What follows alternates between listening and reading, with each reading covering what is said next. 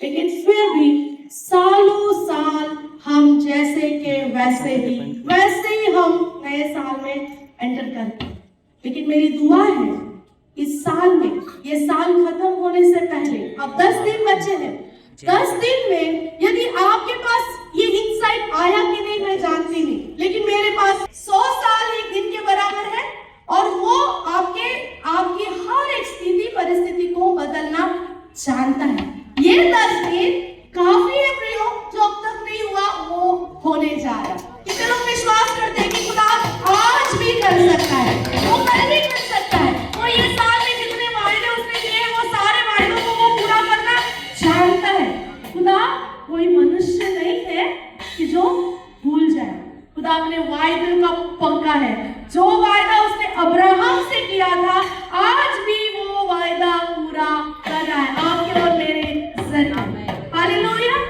आइए हम एक वचन को पढ़ते हैं, मेरे साथ निकाले पहला यूहन्ना उसका 5वां अध्याय और 11 और 12 वचन हम पढ़ेंगे। पहला यूहन्ना उसका 5वां अध्याय 11 और 12 वचन हम पढ़ेंगे जी। और वह गवाही यह है कि परमेश्वर ने हमें अनंत जीवन दिया है। एक मिनट, यहाँ पर हमने पढ़ा गवाही यह है कि परमेश्वर ने हमें अनंत जीवन दिया है। हमारे पास गवाहियां तो बहुत सारी है। ये साल अभी आज हम थैंक्सगिविंग प्रेयर के लिए आए हैं और काफी सारी चीजों को परमेश्वर ने हमारे आपके और मेरे जीवन में, अविनाश के जीवन में हर एक के पास अपनी अपनी गवाही है। लेकिन परमेश्वर का वचन हमें क्या कह रहा है? गवाही क्या है पता है? खुदा ने यीशु मसीह में हमें अनंत जीवन दिया है। ये हमारी सबसे बड़ी गवाही है। हमारे जीवन की सबसे बड़ी गवाही क्या है पता है? हम यीशु मसीह को जानने पाए, हम उसे पाने पाए। उसने हमें माफ कर दिया, उसने हमें उसके लहू से धो दिया। हम पीछे मुड़कर अगर देखें, आप पूरे साल मेरे को कोई शर्म नहीं इस बात को बोलने के लिए, मेरी 40वीं, अभी मैं 40 में हूँ, तो जब मैं मेरी जिंदगी के पीछे 40 इयर्स को देखती हूँ, मैं बहुत धन्यवादी हूँ। खुदा, मैं वहां नहीं हूँ जहां पर मैं हुआ करती थी। जो इस तरह का एक बहुत ही फेमस स्टेटमेंट है कि मैं वहां नहीं हूँ वहां जहां मैं हुआ करती थी। अब तक शायद मैं वहां पहुंची नहीं हूँ जहां खुदा मुझे ले जाना चाह रहा है, लेकिन प्रेज गॉड कि मैं वहां नहीं हूँ जहां पर मैं एक समय हुआ करती थी। खुदा ने आपके पास, हर एक के पास वो गवाही है कि कैसे खुदा ने उस कीचड़ में से, दलदल में से, बीमारी में से और हर एक तरीके से, हर एक परेशानी में से उसने हमें निकाला, वहां से निकाला और उसके लहू से, यीशु के मूल्यवान लहू से उसने हमें धोया। और सिर्फ धोया ही नहीं, अब जब हम पढ़े कि उसने हमें अनंत काल का जीवन दिया है। जैसे पास्टर जी अभी बता रहे थे कि यहाँ पर तो ये सारी चीजें हैं कि हमें जरूरत है, हमारी जरूरत है कि हमें खाना खाना है तो पैसे लग रहे हैं, हमें रहना है तो घर चाहिए, हमें कहीं जाना है तो गाड़ी चाहिए। ये हमारी जरूरत है, ये तो हमारी डेली जो हमारी जरूरत है उसके हिसाब से हमें हर एक को चाहिए। कोई ऐसा है क्या नहीं मेरे को खाना नहीं चाहिए, जाने दो, आज नहीं खाऊंगा, ऐसा नहीं है ना? हर एक का रोटी कपड़ा मकान हर एक की जरूरत है। जरूरत यहाँ की जरूरत है, वो इस दुनिया में जीने के लिए वो हमारी यहाँ की जरूरत है। लेकिन खुदा हमें कैसा देख रहा है? हमारी कुछ स्पिरिचुअल भी जरूरतें हैं, कुछ बातें हैं, कुछ हमारे जो ये सोल है ना, जो आत्मा है, आत्मा की भी कुछ जरूरतें हैं। जैसे हमें रोज बाइबल पढ़ना चाहिए, वो हमारी आत्मिक भूख को मिटाती है।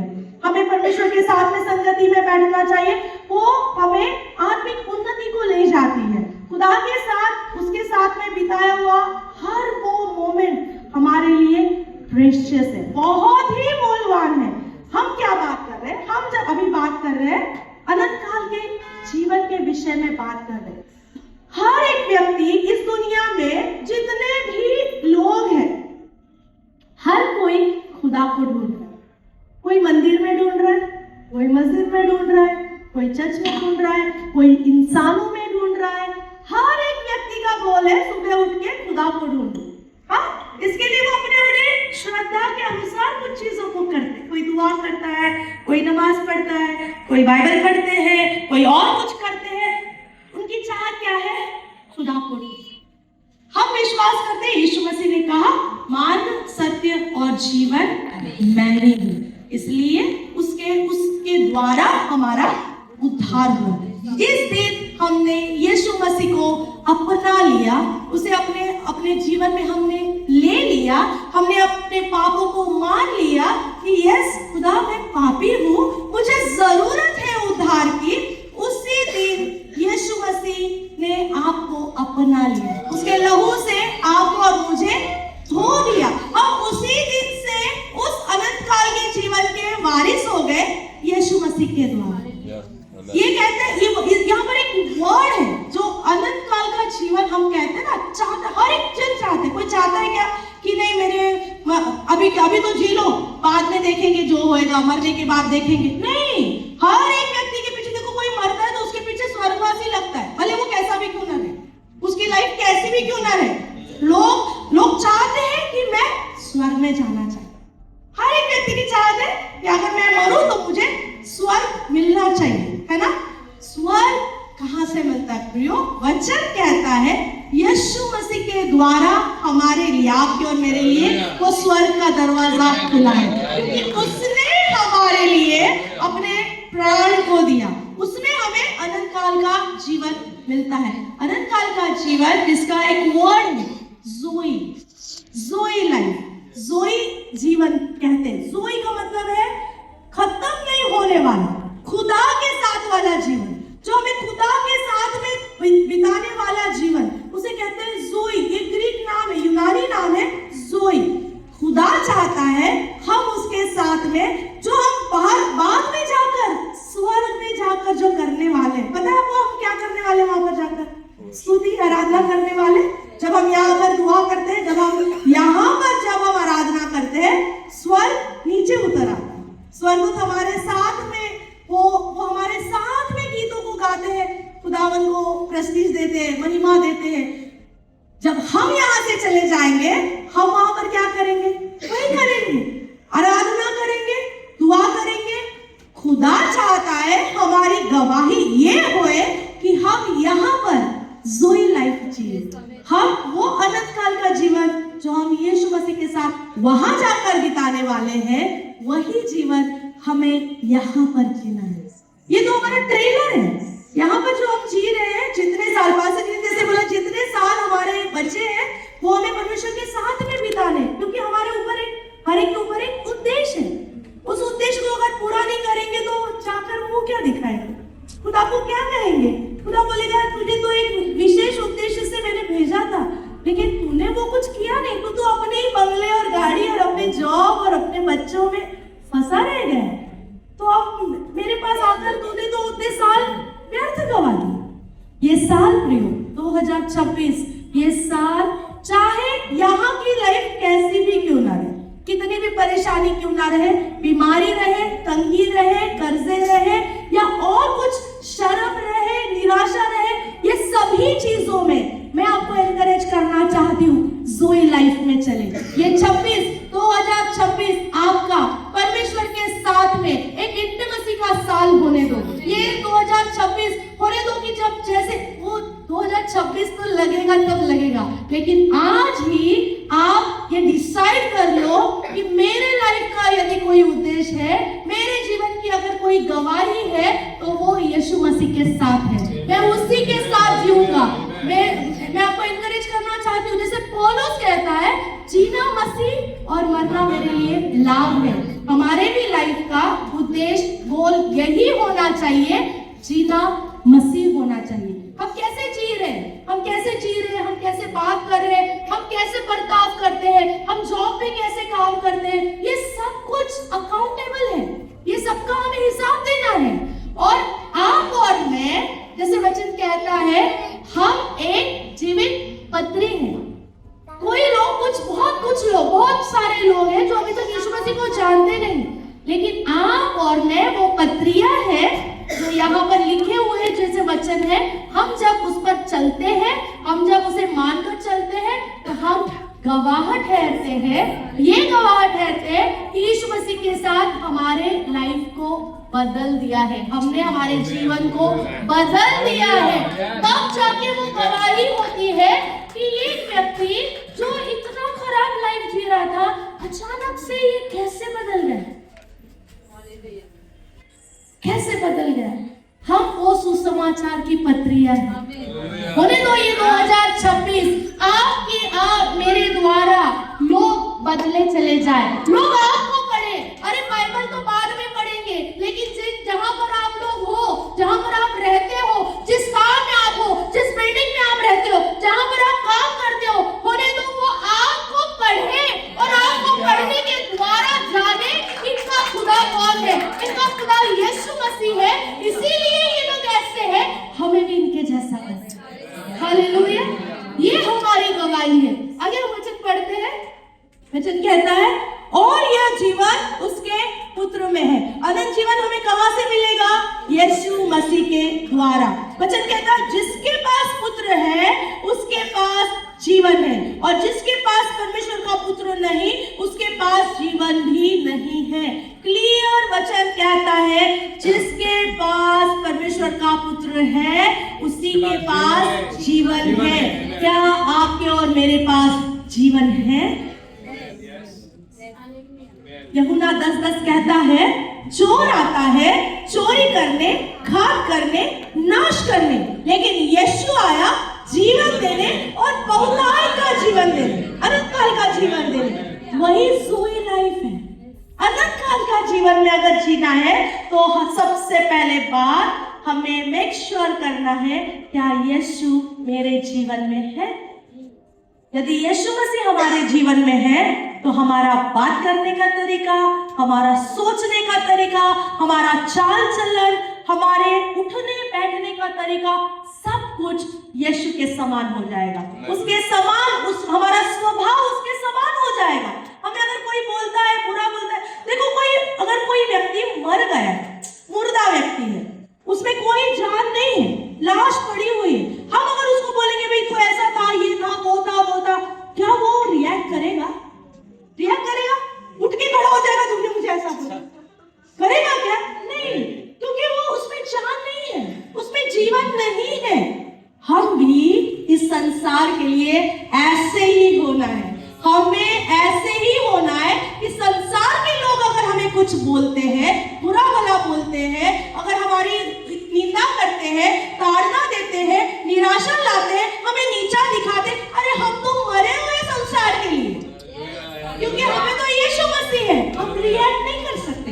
अगर मेरा खुदा क्रूस पर अगर वो कहता है, हे पिता इन्हें क्षमा कर, ये क्या कह रहे हैं, ये क्या कर रहे हैं, ये नहीं जानते।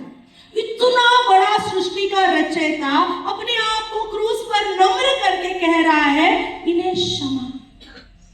पता है उन्होंने क्या क्या किया था? उन्होंने यीशु मसीह के मुंह पे थूका था। हमको तो शब्द सहन नहीं होते। अगर किसी ने कुछ एक शब्द बोल दिया, ट्रेन में ही कुछ बोल दिया, जिसको तो हम जानते भी नहीं, पहचानते भी नहीं, लेकिन अगर एक शब्द बोल दिया तो हमको भी बोलने को आता है और हमारे भी हाथ चलते हैं, है ना? हाँ, लेकिन जब हम चुप रहते हैं, जब हम बोलते हैं ओके सोके बहन जाओ, ठीक है, चलेगा, लोग सोचने पर मजबूर होते हैं, इसका क्या है, ये कुछ अलग है। लोग ये इतना मैंने इसको बोला, इतना सब कुछ बोला, ये लोग कुछ रिएक्ट नहीं कर रहे, ये कौन से लोग हैं, कहां से आते हैं लोग? ये मसीह लोगों का स्वभाव है, ये यीशु मसीह का स्वभाव है। इस साल के अंत में खत्म होने से पहले यदि आपके जीवन में कुछ लोग ऐसे हैं कि जिनकी वजह से आपके जीवन में कड़वाहट है, आज ही वो दिन है, खत्म कर दो। क्योंकि यदि आज रात अगर खुदा आया, आज रात यीशु मसीह आया, तो आपकी कड़वाहट की वजह से आप नीचे रह जाओगे। जिसके प्रति कड़वाहट है वो तो चला जाएगा माफी मांग के, और आप या मैं यही रह जाएंगे उसके विषय में सोचते सोचते। इतना बड़ा लॉस क्या आप बेयर कर सकते हो? आज ही समय है अपनी गवाही सुधारें, अपनी गवाही को अनंत काल के जीवन के समान, जैसे हमने अभी पढ़ा, जिनके पास परमेश्वर का पुत्र है उनके पास जीवन है। यदि आपके और मेरे पास परमेश्वर का पुत्र है तो हम जीवन में चलते हैं। हमारे अंदर से हमारे लिविंग वाटर हमारे अंदर से बहते सोते बहते हैं, लेकिन वो जीवन के सोते होने चाहिए। हमें जांचना चाहिए प्रियो। ये साल खत्म होने से पहले आप अपने सोतों को पहचानो, क्या उसमें बुराई है, क्या उसमें कोई कड़वाहट है, क्या उसमें अभी भी किसी के प्रति क्षमा नहीं है, अभी भी किसी के प्रति, वो कभी तो मेरे पूर्वजों ने कुछ तो किया था, आज भी हम उनको ताने देते हैं। आज भी हम कहते क्यों उन्होंने ऐसा किया, मेरे साथ ऐसा क्यों किया, हम क्षमा नहीं करते। वो तो चले गए, वो तो उनका लेखा जोखा देंगे, लेकिन आज हमें अगर परमेश्वर ने जिंदा रखा है, जिंदों की भूमि में जिंदा रखा है, तो हमारे जीवन से परमेश्वर को महिमा मिलना चाहिए। यही हमारा जीवन का उद्देश्य है। हम उठ रहे, बैठ रहे, खा रहे, पी रहे, जो कुछ भी कर रहे हैं, उन सब में परमेश्वर को महिमा मिलना चाहिए। हर दिन सवेरे उठने के बाद आपको खुदावंद को धन्यवाद देकर कहना चाहिए, खुदा आज मुझसे तेरी महिमा ले, आज तो मुझसे, आज मुझे ऐसे लोगों से मिला जिसे तू जानता नहीं, जिसे जो तुझे जानते नहीं, आज मेरे जीवन के द्वारा वो तुझे जानने पाए, आज मेरे बातों के द्वारा वो तुझे वो जानने पाए। बोले तो प्रभु, आप हर दिन नए साल का आपका ऐसा रिजोल्यूशन होना चाहिए, खुदा आज दिन में एक व्यक्ति तो स्वर्ग राज में आना चाहिए। एक व्यक्ति, जब तक तू मुझे जिंदा रखे, एक व्यक्ति को तो मैं प्रतिदिन मैं स्वर्ग राज में लाऊं। तो सोचो कितने लोग हो गए, तो आपका तो वो जो मुकुट है उसमें तो कितने डायमंड लग जाएंगे अगले साल के 2027 में 365। अगर एक व्यक्ति अगर स्वर्ग में आ रहा है, स्वर्ग राज में उद्धार पा रहा है, तो सोचो कितने तो डायमंड आपके क्राउन में लग गए, और खुदा की महिमा होती है और स्वर्ग राज बढ़ता है। हमारा उद्देश्य, आपका और मेरा उद्देश्य, इस दुनिया में चाहे हम कैसा भी जिए, हमारा उद्देश्य स्वर्गीय होना चाहिए। खुदा की आपके और मेरे जीवन से क्या बात है कि उसने आपको और मुझे जिंदा रखा। हर दिन हमें ये बात को सोचना चाहिए। मैं अपनी गवाही बताती हूँ छोटे संक्षिप्त में। जब 2018 में ड्यूटी पे जा रही थी एक दिन, और सुबह शहर स्टेशन में सवेरे ट्रेन नीचे खड़ी है, मैं ब्रिज से नीचे उतर गई, कुछ तो मुझे लगा, कुछ तो हिट हो गया, मैंने से जोर से उसको लताड़ के मैं गाड़ी में बैठ गई। बैठने के बाद मैंने देखा, अरे बाप रे, सांप ने काटा है। जब मैंने उसे देखा, मेरे पैरों में देखा कि 2 मार्क्स है, तब मुझे पता चला ये तो सांप ने काटा हुआ है। डर आता है, कितना भी विश्वास रहो, डर आता है। जब पता चला, मैं एक नर्स हूँ, पेशे से मैं एक नर्स हूँ, मुझे पता है जब सांप काटता है तो क्या होता है लोगों के साथ। मैं भी डर गई। मैंने पास जी को फोन किया, मेरे साथ ये ऐसा हुआ। वो बोले उतर नहीं रही, जा रही, हॉस्पिटल जाऊंगी। वो सुबह के 5:45 AM बज रहे थे जब मुझे सांप ने काटा था। जब मैं हॉस्पिटल चली गई, मेरे अपने हॉस्पिटल में चली गई, बहुत कॉन्फिडेंसली कि हाँ मैं मेरे अपने हॉस्पिटल में चली जाऊंगी, दिव्य हॉस्पिटल में मेरा इलाज हो जाएगा। वहां पे जाने के बाद हमारे डॉक्टर ने कैजुअलिटी में बोला, कुछ नहीं है, आप कुछ भी बोलती हो, सांप वाप ऐसे सांप थोड़ी लोग आते हैं चल के, कुछ नहीं हुआ, आपको टीटी का इंजेक्शन लो, ड्यूटी पे जाओ। ओके, इतना कॉन्फिडेंस से बता रहे तो मैंने लिया, टीटी का इंजेक्शन लिया, ड्यूटी पे चली गई। 9:45 के करीब मेरा एक हाथ, मेरा पैर थोड़ा ऐसे कांपने लग गया। मेरे को समझ नहीं आ रही, मैं डर है क्या सच में कुछ असर हो रहा है, मुझे समझ नहीं आया। लगभग 11 बजे के करीब मेरा हाथ ऊपर उठना बंद हो गया, पूरा ये हाथ ऊपर साइड में होना बंद हो गया। तब एक हमारी मैडम आई थी, तभी उन्होंने मुझे देखा, पूछा, हमारी सिस्टर ने बोला कि इसको ना सुबह सांप काटा था। तो बोले अरे सांप काटा तो इसको क्यों नहीं एडमिट किया अभी तक। मुझे 11:15 बजे पहला इंजेक्शन, ASV का इंजेक्शन पहला 11:15 बजे लगा। तब तक पूरा जहर वो हो गया था, मेरा एक साइड पूरा चला गया था। जब तक पासे जी आए तब तक तो मैं रो के आईसीयू में, मैंने बोला अभी खत्म, मेरे बच्चों को देख लेना, संभाल लेना जो भी है, अब मैं क्या वापस आने के मेरे कुछ आशंका नहीं है, मैं शायद से अब वापस आऊंगी। वो रो रहे हैं, मेरी बहन रो रही है, मैं खुद भी रो रही हूँ। मैं पूरे इतना तो ऊपर, मतलब आईसीयू के बेड पे मैं इतना ऊपर, इतना राइगर था मुझे कि मैं इतनी ऊपर उछल रही थी, मेरे को पकड़ने के लिए लग रहा था, हाथ पैर पकड़ने, इतना ठंडी वो सब भर गया था। मेरे साथ में आईसीयू में 3 और पेशेंट थे जो स्नेक बाइट थे, तीनों मर गए, तीनों के तीनों मर गए।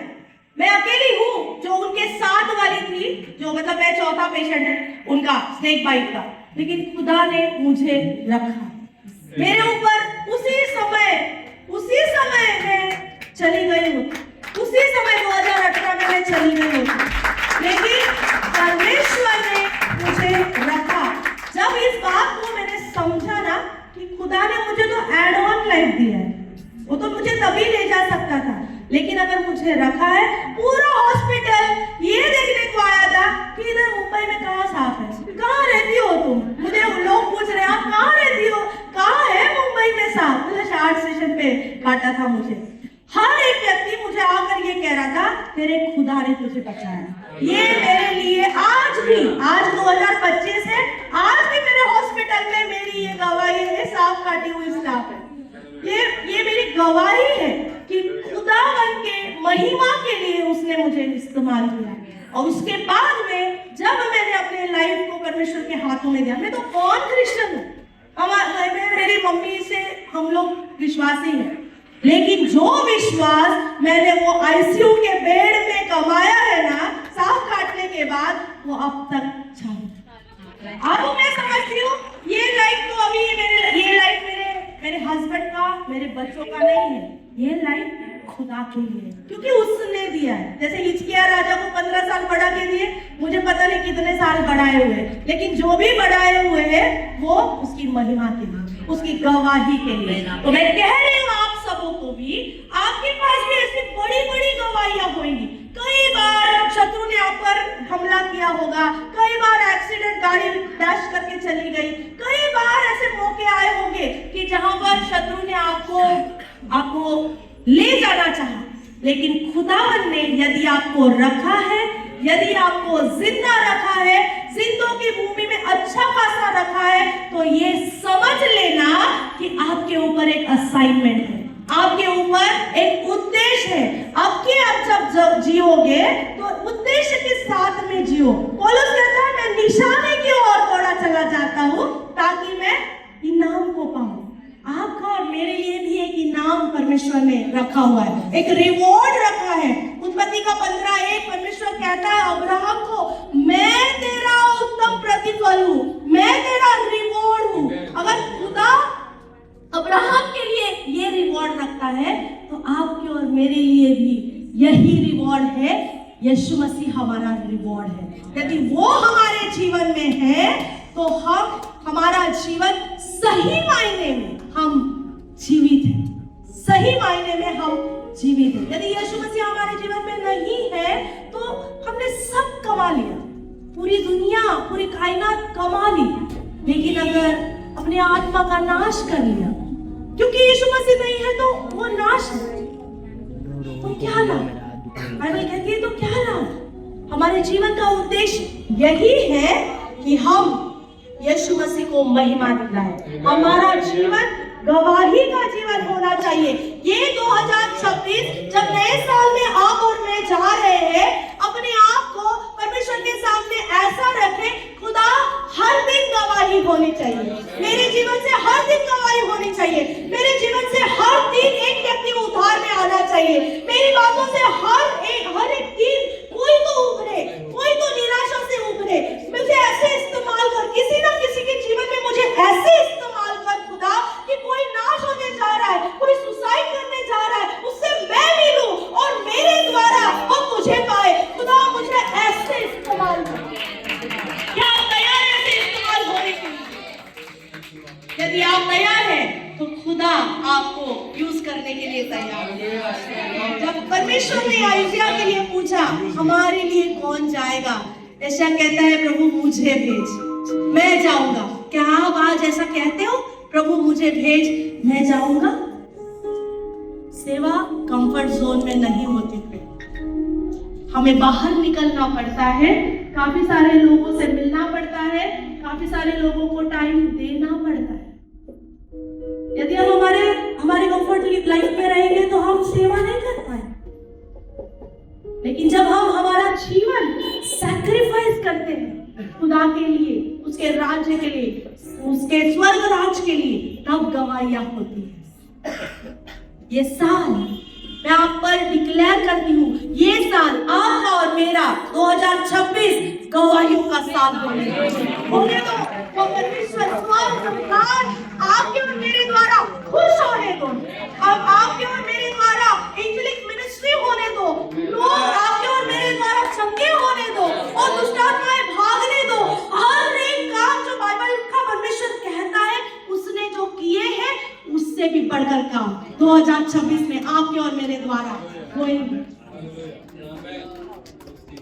हमने जब अभी पढ़ा सोई नहीं, आपके और मेरे जीवन का उद्देश्य नए साल में आज से ही ये होना चाहिए, खुदा मैं जोई लाइफ में तेरे साथ चलना चाहिए, मैं तेरे साथ अनंत काल का जीवन में तेरे साथ बिताना चाहता हूँ। चाहे आज भूखा है, चाहे आज मुझे तंगी है, चाहे आज मेरे हालात कुछ ठीक नहीं है, लेकिन मैं इससे खुश हूँ कि तू मेरे साथ है। अभी जैसे पास्टर जी ने दिखाया, करुणा और भलाई वो हर समय हमारे साथ होती है ना।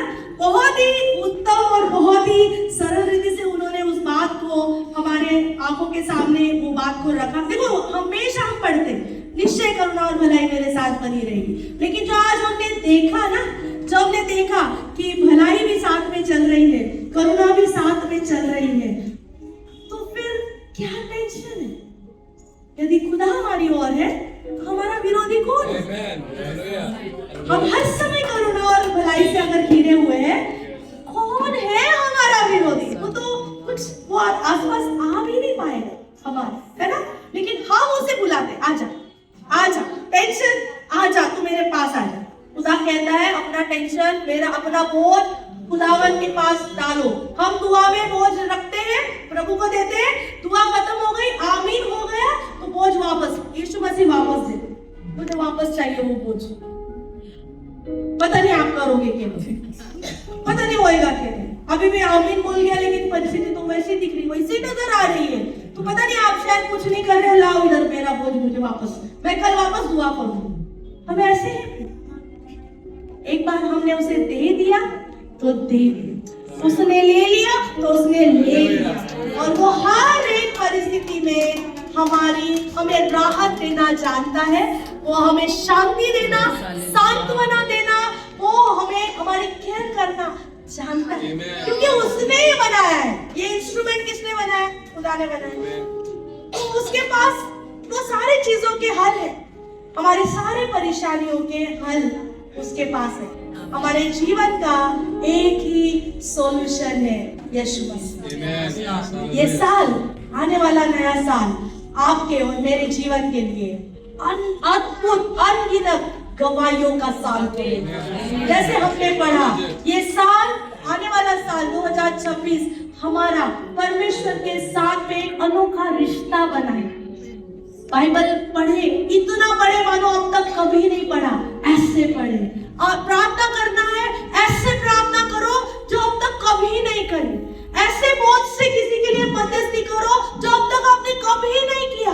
होने दो ये साल आपके और मेरे जीवन के लिए अनोखा साल ठहरे। सारे जीवन अब तक, अब हमारे जन्म से लेकर अब तक ऐसा नहीं हुआ, ऐसा अद्भुत सुपरनैचुरल साल 2026 खुदा हमें दिखाने का है। क्या आप तैयार हैं उसके लिए? यदि आप तैयार हैं तो परमेश्वर को कहे, खुदा मुझे इस्तेमाल कर, खुदा मेरे जीवन पर जो उद्देश्य है उस उद्देश्य को पूरा कर। खुदा जो उद्देश्य से तूने मुझे जिंदा रखा है, अपने स्वर्गदूतों को भेज, मेरी सहायता कर और मुझे उनसे मिला जो मेरे लिए वेट कर रहे हैं। आपको पता है क्या, आपके और मेरे लिए कुछ लोग वेट कर रहे हैं, क्योंकि आप खड़े नहीं हुए, आप अभी तक बैठे हुए हैं, आप अभी तक आपकी समस्या में हैं, आपकी चिंताओं में हैं, आपकी हालात खराब है, इसलिए आप दूसरों के ऊपर देख ही नहीं रहे। लेकिन ये 2026 आपके कंफर्ट जोन से बाहर निकलकर खुदा के राज्य में काम करने का साल है। परमेश्वर का वचन कहता है खेत पक चुके हैं, काम करिए थोड़े। क्या आप वो काम करिए? क्या आप वो काम करने वाले, खेतों में काम करने वाले मजदूर हैं? और यदि आप वो मजदूर हैं तो खुदा आपके जरिए बहुत सारी फसल को लाए। परमेश्वर करे इस वचन के द्वारा हम सभी को प्रभु आशीष दे।